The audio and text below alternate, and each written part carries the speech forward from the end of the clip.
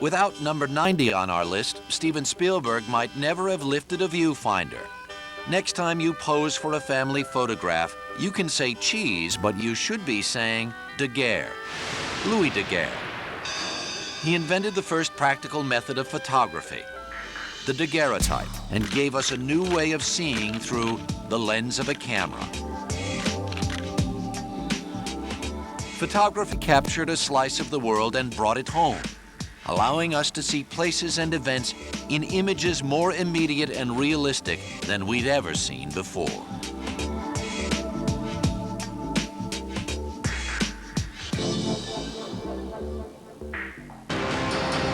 Wax program with Fibber McGee and Molly.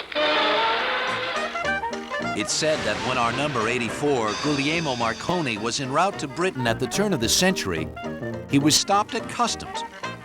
Officials thought his black boxes were bombs. They had them destroyed. The devices young Marconi carried were explosive, but not the way the officers imagined. They were an invention that would change the way the world communicates: radio. At the age of 21, Marconi figured out how to send a message through the air without wires. And within a short time, he was transmitting all the way across the Atlantic. The invention of radio essentially removed us from the shackles of wires and connections. It creates radio and television. It creates cellular telephony. Since its invention, wireless has saved numberless ships and human lives from ocean disaster. One poignant example, the Titanic.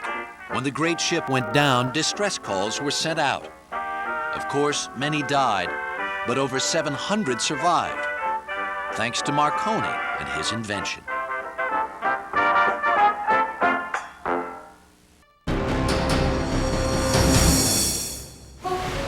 He was the son of a blacksmith, but Michael Faraday laid the foundation for the age of electricity. It all began with this primitive motor. I think with some magnets and then some, a wheel and a couple of wires, and the thing would simply turn as long as you applied current to it. Now electricity does the chores for the farmer's wife. Faraday also figured out how to send electric power over distance via the generator and the transformer. Without him, we'd have no electric appliances, no mixers or toasters. And here's a frightening thought: no television.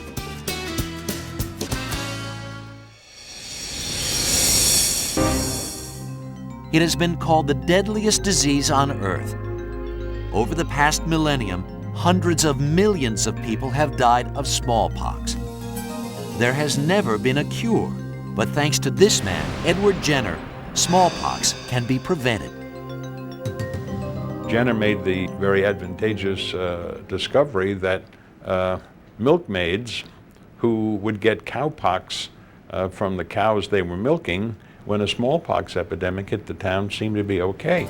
He observed that the cowpox protected the maids from smallpox epidemics. In 1796, Jenner inoculated a young boy with cowpox, and it worked.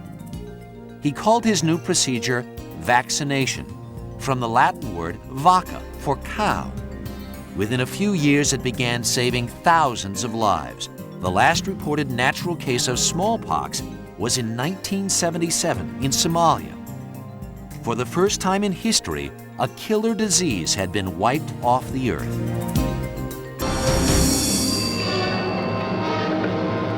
Hello? Would you please get off this line? Cat speaking. Hello, Daily Planet? At the sound of the tone, the time will be exactly 12:05, please. Number, please. Information. Oh, you're going. Please hold for number 44 on our list, the illustrious Alexander Graham Bell. He was starting out trying to figure out how to send more than one telegraph signal through the same wire. When he realized that he could send sound or voice through this thing, he got very excited because I think he believed he could help his deaf wife. Bell invented the telephone in 1876.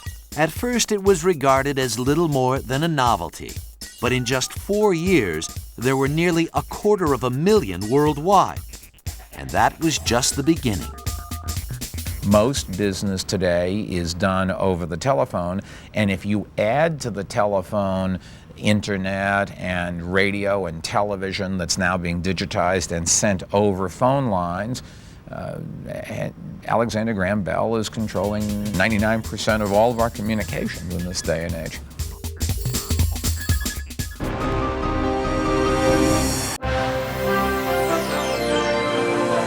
I don't think that any living person should have been included in your list. I think that should have been the first criteria.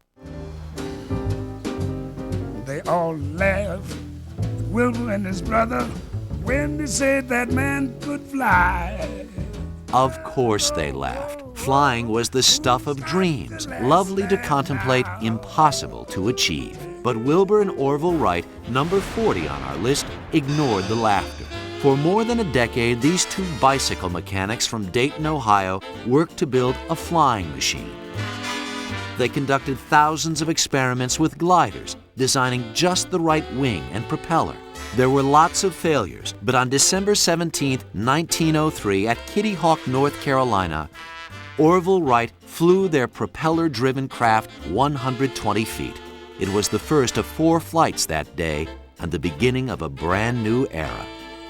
They challenged themselves and pushed themselves to the limit.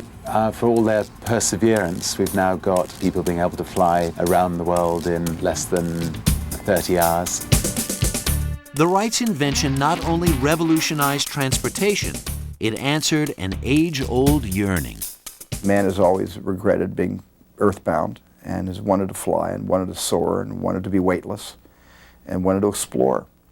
And the Wright brothers certainly made probably the greatest contribution to the entire 20th century by putting us there. Who's got the last laugh now?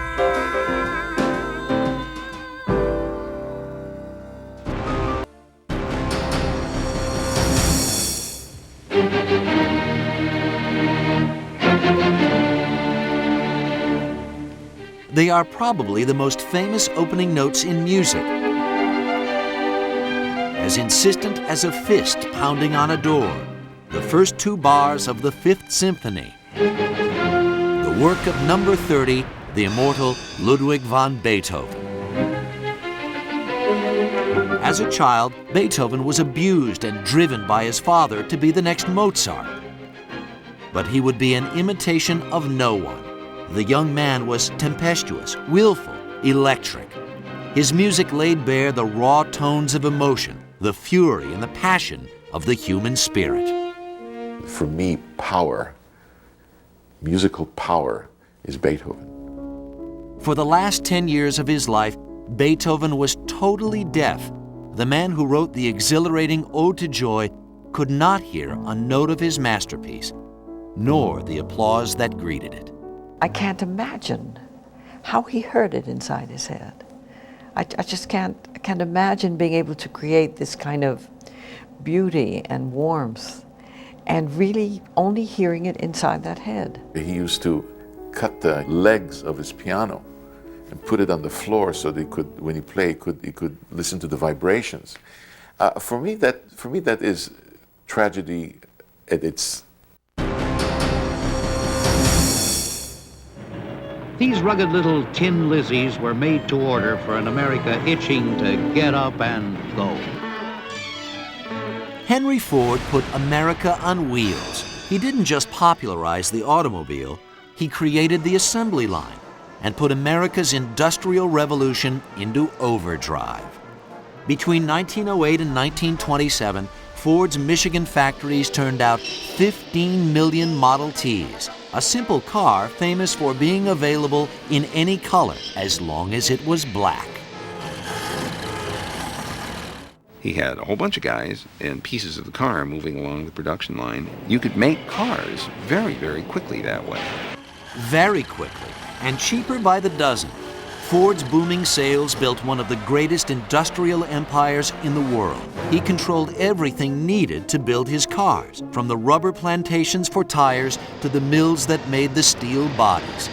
And in just 20 years, the automobile helped transform a land of rural isolation into a nation on the move. I love to watch the TV game shows today. What is the big prize? Always. It's a car, okay? It's the American dream. It is the fulfillment of a piece of the American dream made possible by Henry Ford. Now there are only 25 people left, the top 25 of the millennium. Can you figure out who they are? You may be surprised, you may disagree, as we count down to Biography's Person of the Millennium.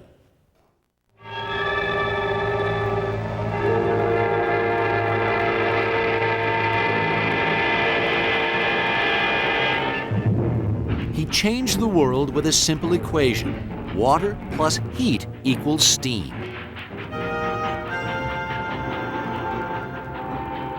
Number 25 on our list, Scottish inventor James Watt.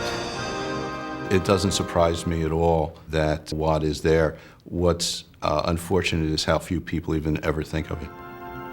You may have never heard of him, but this man is the godfather of the Industrial Revolution. Watt invented the first practical steam engine. He turned hot air into power, cheap power, and set off an explosion of manufacturing and business.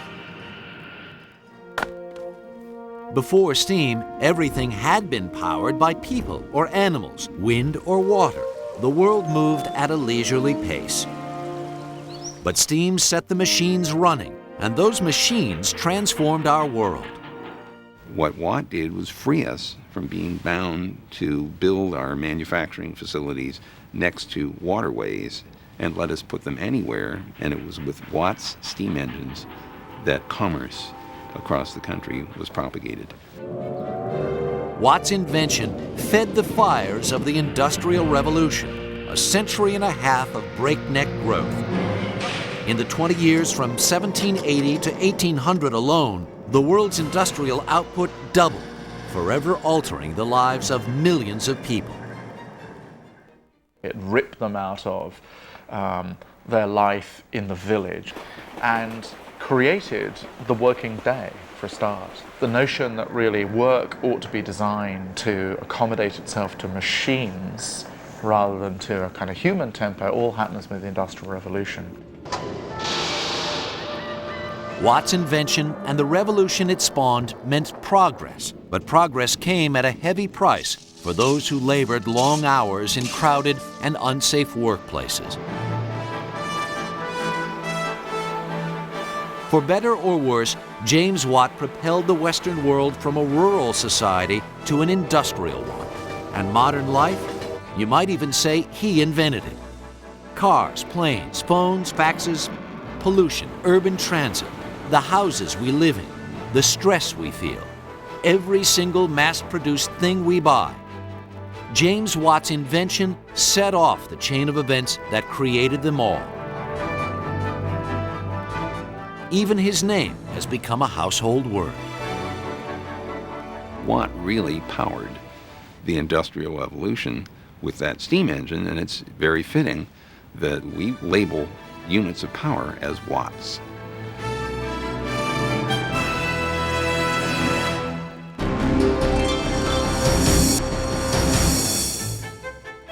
Number 20 was a contemporary of George Washington. He was an absent-minded man who frequently mumbled to himself. But Scottish writer Adam Smith would redefine the way we think about money. In 1776, the year of the American Revolution, Smith set off another kind of revolution when he published The Wealth of Nations. This pioneering book spelled out for the very first time how the world's economy works. Distribution of wealth, division of labor. Smith was so insightful, within a few decades, every other school of economic thought had been all but abandoned. His biggest contribution may have been separating economics from politics. He said that government should keep its hands off business. He called this theory laissez-faire, French for let it alone. It's the idea that an economy will organize itself, that you really produce a better outcome for almost everybody by letting people look to their own self-interest. So for example, if you go into a city, it looks as if nobody's in charge, but lo and behold, you go into a butcher store and there's meat there. You go into a bank and you can get money. And it's been organized by Adam Smith's invisible hand. Adam Smith's legacy was the theory of free trade. It was a novel concept then. Now it's part of our lives. That's why to this day, Smith's name is synonymous with capitalism.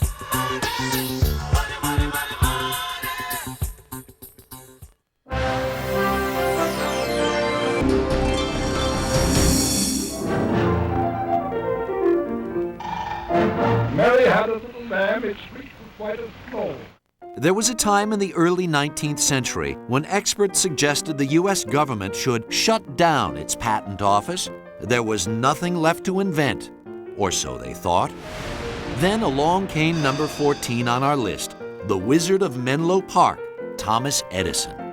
Well, Thomas Edison invented an enormous number of things, more so than even somebody like Bell. Edison had a diversity of interests. He looked at problems and saw solutions. We learned several things from Edison. One of them is that if you don't have to sleep, it helps because you can get a lot more work done, and he didn't seem to sleep very much, if at all. Second, the man's persistence paid off. He managed to try every possible thing out, and then he documented it all and filed it away in the patent office. Such discipline. While Edison had only 3 months of formal education, he would be granted more patents than any person in American history. 1,093. They include the phonograph, the stock ticker, and the alkaline storage battery. But one invention was his greatest of all. On New Year's Eve, 1879, Edison flipped a switch and everything changed. The electric light gave us illumination around the clock. It gave us more hours in the day, more time to read, work, and play. Edison would go on to develop the electrical system that would power his masterpiece of tungsten and glass. And that was just the beginning. In 1888, he invented the kinetoscope, the first motion picture machine. He added sound in 1913 and gave birth to an industry. The first motion picture studio ever set up in the world was in the yard of my laboratory at West Orange. The thing that I guess I'm most grateful for Thomas Edison for is the invention of the motion picture. Light and shadow and projecting against a wall, and you can go back and say, well, the electric light bulb was the greatest thing he ever invented, and of course without that there would be an industry for motion picture production, but you know, he really made the first American movies, and I think all of us kind of look at him in this industry with a great deal of gratitude.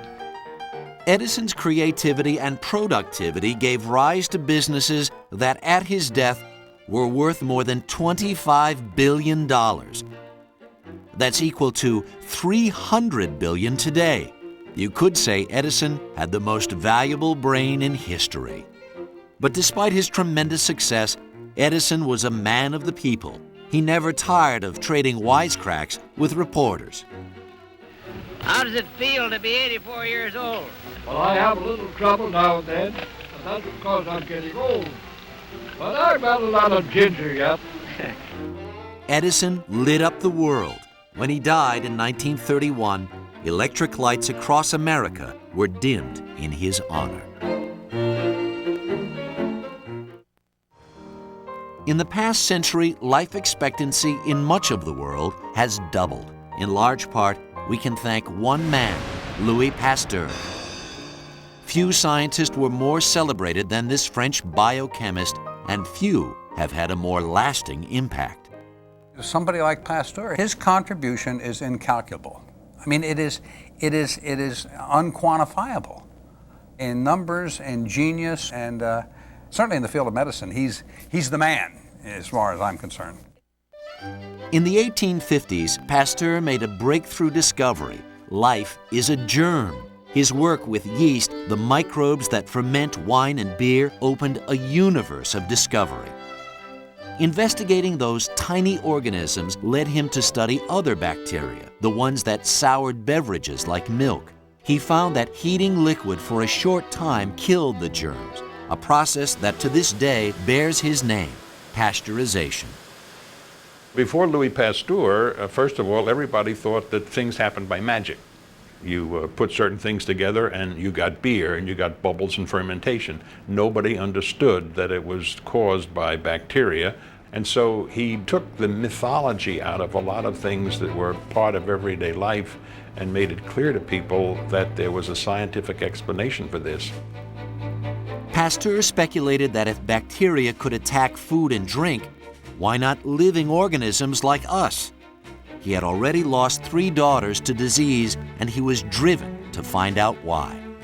Pasteur theorized that if he could isolate the bacteria that caused a disease and inject a patient with a weakened form, it would inoculate against attacks from the real thing.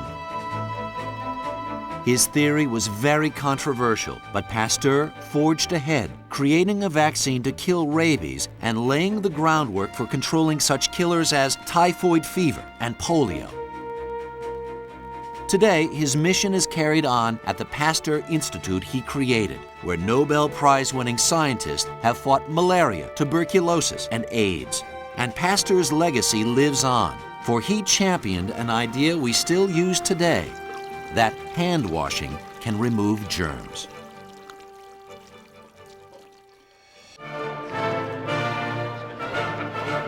He was banished from Germany, expelled from France and Belgium. He died without any idea that he had unleashed a movement that would sweep across the world. Karl Marx, champion of the underclass and the father of communism. Karl Marx has trouble making it in the top 10, in my opinion, because his theories were consigned, to use a phrase of his, to the ash heap of history. A millennium from now will have forgotten about him. There's no doubt that Karl Marx, as a thinker, as a social analyst, is certainly among the most influential figures of the last century. Whether you like it or not, the perversion of his thought led to millions and millions of deaths. But when you talk about importance, you're not talking only about milk and honey. Karl Marx was a German scholar and editor. He barely earned enough to support his family, and 3 of his 6 children died in childhood. To him, the world was unjust and ruled by the capitalist upper class. Workers work and the bosses get rich. Marx believed the working class would one day rise up to take their fair share. He hoped they would create a utopian society in which money would be equally divided and no one would be hungry or ignorant. In the mid-19th century, Marx's ideas were revolutionary. His 2 groundbreaking works were the Communist Manifesto and Das Kapital, co-written with Friedrich Engels. No one ever read his epic work, Das Kapital. It's unreadable and dense, and it's an economic theory which doesn't apply to the world today and barely applied when he wrote it. But he hit the mood that came after the revolutions of 1848 perfectly with his one phrase, "Workers of the world unite." There's something more important than what nation you're part of, and that is your class. Workers are being oppressed similarly everywhere. And this simple idea took hold, and the international movements were formed. It would be nearly 70 years before Marx's theories actually took root, adapted by leaders like Vladimir Lenin in his 1917 Bolshevik Revolution. Communism spread across the Eastern Bloc from the newly formed Soviet Union, setting the stage for the most enduring conflict of the 20th century, the Cold War. At its peak, 1 billion people lived under communism, more than any other political system in history. But with the fall of the Soviet Union in 1989 and the collapse of communist regimes throughout Europe, Marx's vision of a worldwide workers' revolution now seems at best a utopian ideal that went wrong, and at worst, an abject failure. If you analyze the great revolutions, which were primarily Russia and China, a few others, you can see that they never were true Marxists. In the end, communism was a real dictatorship theory, not an economic theory, and it failed because the economic part of it was completely wrong. Well, it's very easy to dismiss Marx wholesale because of the slaughter that took place in his name. His analysis of relations between workers and owners, his analysis of many things, was in fact very often a work of genius. Marx is part of us, whether we like it or not.